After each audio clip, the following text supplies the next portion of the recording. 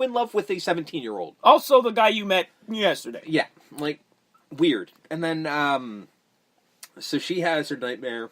She sees a little girl, and what has happened is she finds out that the father is Robert Englund, or Fred Krueger. And they're playing and whatever, and then all you hear is screaming.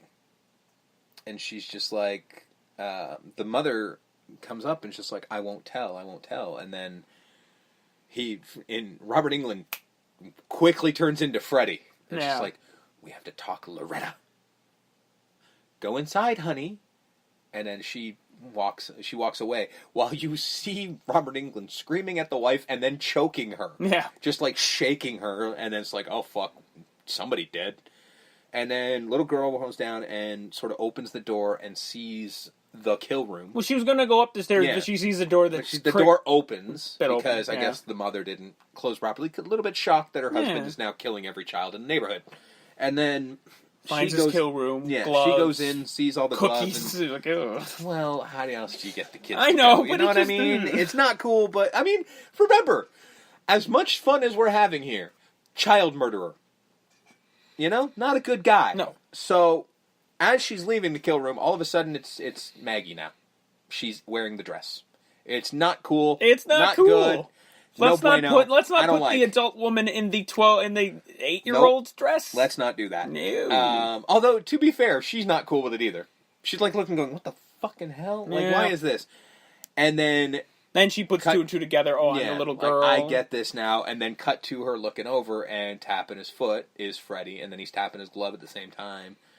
Catherine, and she's just like, fuck you. Like, no fucking way. She's like, I know who I am. And he pulls up the drawing. He's like, you are such a little artist. And she's like, no, you're full of shit, whatever. And he's like, you're my blood. Only you could have brought me out. You know, they took you away from me, but I made them pay. I took all their children away from them. And he's like, but, you know, that's over.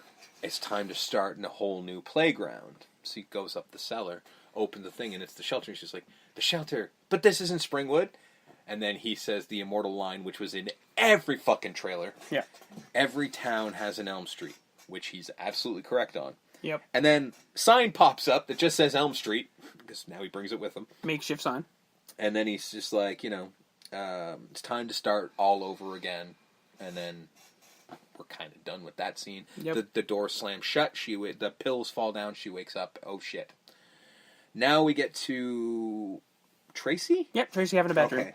Because we did skip a scene where Tracy's ninja kicking the world, and then Doc tells her, it's your mind he'll go for. Yeah. Because what's about to happen, she doesn't have on her wrist. That's right before the bad dream. Yeah, so basically, Doc gives her a little bit of pep talk. And then she goes... And then it's your mind and whatever, like, this is what's going to happen or whatever. So then Tracy's in a dingy locker room, I'm guessing, probably just the locker room in the shelter. She washes her face, looks up, and in the reflection in the mirror, it's now a house. Like her old apartment. She turns around, and it's her old house. Yeah. And she's just like, what the fuck? She freaks out. And then she sort of turns around, and then the creepiest actor you could possibly find for this role pops up. And it's just like, Tracy girl, daddy's home. You're already skeeved out. And then the dude was in, like, Slumber Party Massacre 2 or something. I think he was, actually. And then, so he, of course, there's bras hanging, and he's creepily touching them as he's moving them out of the way. And I'm like, they cast well. This dude plays creepy well. I saw an interview with him. He seems like a really nice guy, but he plays creepy well. And then he fucking goes to her and just, like, puts his hand on her arm and just says, come on, give daddy some honey. Ooh. I don't like it. And then, thankfully, she freaks the fuck out. Pushes him, you're not my daddy, you're not my daddy. Then she grabs a fucking coffee can out of the wall, like a kettle, like a metal kettle. Slams the fuck out of him, beats the living shit out of him. She, like, wraps it around, turns it, and the brass knucks. And just starts fucking hammering, like, you're not my daddy, you're not my daddy. And then she throws it down and is just like, my daddy's dead. And then he starts moving, and his face is all mangled and deformed, just like, no sugar for daddy, and it's like, still creepy.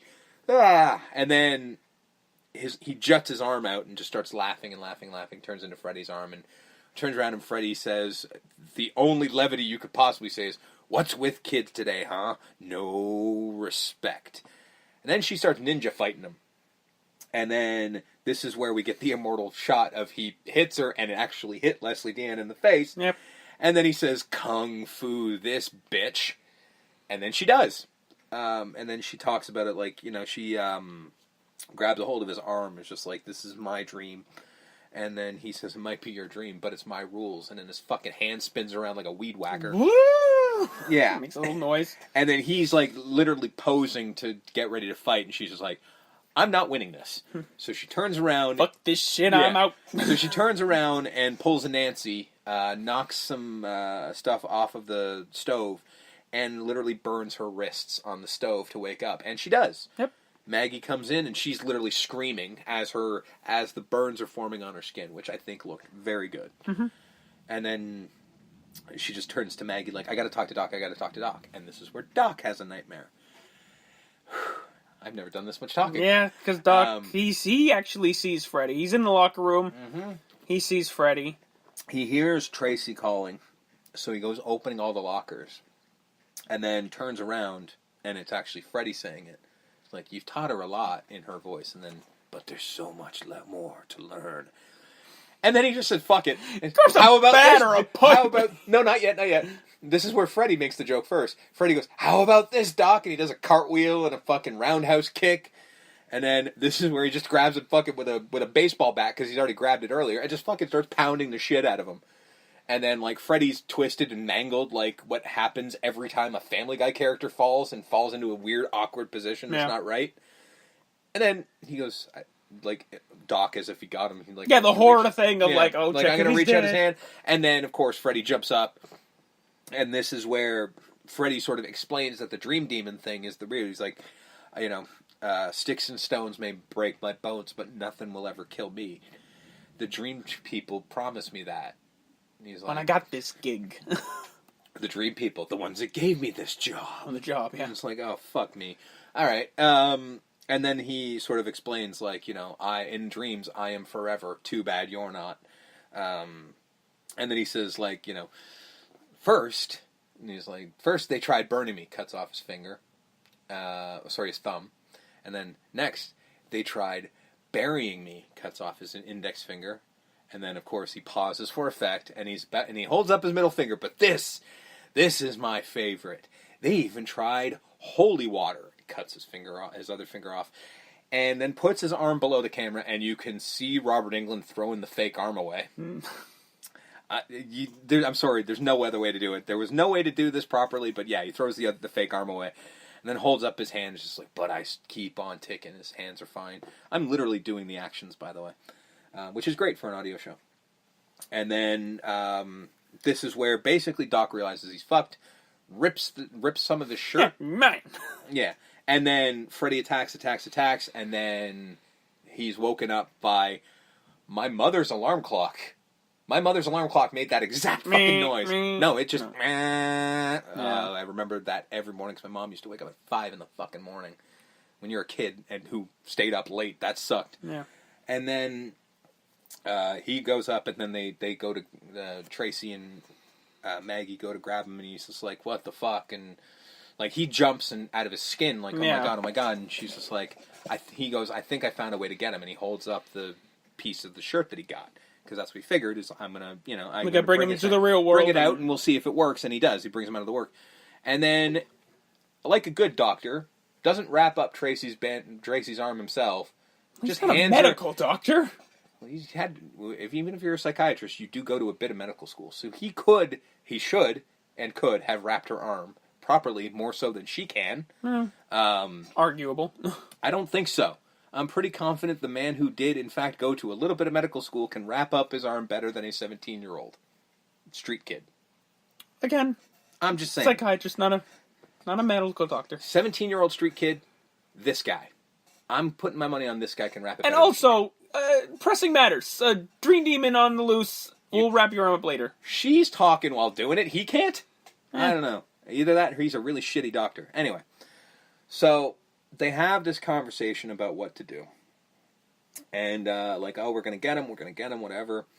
And then, so Maggie decides that she's got to go. And Tracy says, I want to come with you. And she's like, no, I got to do this. It's just got to be me and him. And this is where Doc pulls out the 3D glasses. You'll use these. And she literally responds, like you should. Get the hell out of here. And he's like, you want to live? And he's like, in here, these mean nothing, but in your dream, they can be whatever you want. And she's like, okay. And then it's, strap her in, and she's going to go to sleep, so she does. Then she goes, and this is where we get the scene where she puts the glasses on, and what I wish had stayed in the film, where she looks at the camera and just goes, now. Puts them on, and they disappear into her face, and this is where everything is in 3D. And then she's spending a lot of time pointing shit at the camera. Yeah. And then she goes to the poster on the wall of the dream demons, and then goes into it, so we see the demons come out of the camera. Again, everything's going to the fucking camera. Then we get the single most pointless moment in the movie, in my opinion. So she's the electrified. Yeah. Why was it electrified? I don't know. There was no need for this. Then she pulls out a thing and... Other than basically, she's going to these doors that are leading to his memories. Because she goes into his head, they show a big shot of his head, and then the camera's going through these things in his brain, but the doors are slamming shut in your face, because again, 3D image, I get it, that's fine. But she gets into this, like, subway thing with a bunch of doors, and they're all electrified. She's trying to go to each one, and they're all electrified. So what she does, she takes off a bracelet, and uses the bracelet to throw at the electrifying thing. She doesn't even throw it at the camera. So there was absolutely no reason for this to happen, and I still, to this day, have no idea why it is. But either way, it works. She enters the door. We get to his little childhood. And she realizes she's in his memories. So he's a little kid in a class, and they have, usually a lot of classes had hamsters and shit like that. Mine did. When I was roughly his age. And then he pulls out the hamster from the cage and somehow has a sledgehammer? Yeah. In a classroom, because that's a thing. And starts killing the hamster. And that's when all the kids start chanting Son of 100 Maniacs. How they knew, I don't know. But that's where just the hell how the that teacher goes. was, Yeah. I don't know. Mm-hmm. Either way, she's like, oh, that's fucked up. Yeah. Well, and they flash, as the kids are chanting, it flashes to old people chanting. Yeah. I don't know what that means. Symbolism, folks. I don't know. I think yeah, all of them were maybe the parents. maybe. I guess. But they looked like grandparents, so I don't understand. I don't know why they aged them. Yeah, I think weird. they aged them too much. That's yeah, why. it just doesn't look right. But either way. So then we cut to Freddy's teenage years. And he's cutting himself. And laughing. And then Alice Cooper pops up as stepdad number 542. Again, or foster dad. Somewhat of a southern accent? Yeah. I'm not going to give shit to Alice Cooper, because my guess is he can do one thing and one thing only, and that was probably the only way he could get those lines out properly. Yeah. So, he cool. And then he's just like, Freddy, you've been away since I took you in. I don't know what that means. Yeah. But now it's time to take your medicine. And he pulls out a belt, and he starts smacking him around. And he's not like hitting him too. He's more like meh. Meh. Yeah, and it's weird. He hits him, but I guess the idea is you don't want to hit the actor too hard. Right, I guess. So, he's hitting him, and it's not good, and he's laughing. He's just like, thank you, sir, may I have another? Okay, and he doesn't. He goes, you know the secret of pain? You just stop feeling it. You can use it. And then he stabs the camera, because 3D. However, the scene did go on longer originally, and he chased him around and stabbed him a bunch of times. But they're like, we don't need that. We got the 3D shot. We're good. And then it cuts to her going through another door, and it's her childhood again. And the little girl runs up and, sees the body fall. He's done choking the mother. And the body just goes... Well, I don't want to say it's borderline comedic. It is. Of him just smack, smack, smack, and then drops, and I'm like, why was that presented in a way where it's not comedic, because maybe that's fucked up to say? I think it was supposed to be scary because of goofy the thump. Is the word I'm looking for. I think it was supposed to be scary with the thump, but it does come off as funny. The effect didn't work. Yeah. And then he just he comes over and tries to explain it to her, Mommy had to take her medicine for snooping in Daddy's special work, but you won't tell, will you? And she's crying by this point and just says, I won't tell. And then cut to her again, and Freddy's looking at her and is like, but you did tell, Didn't you?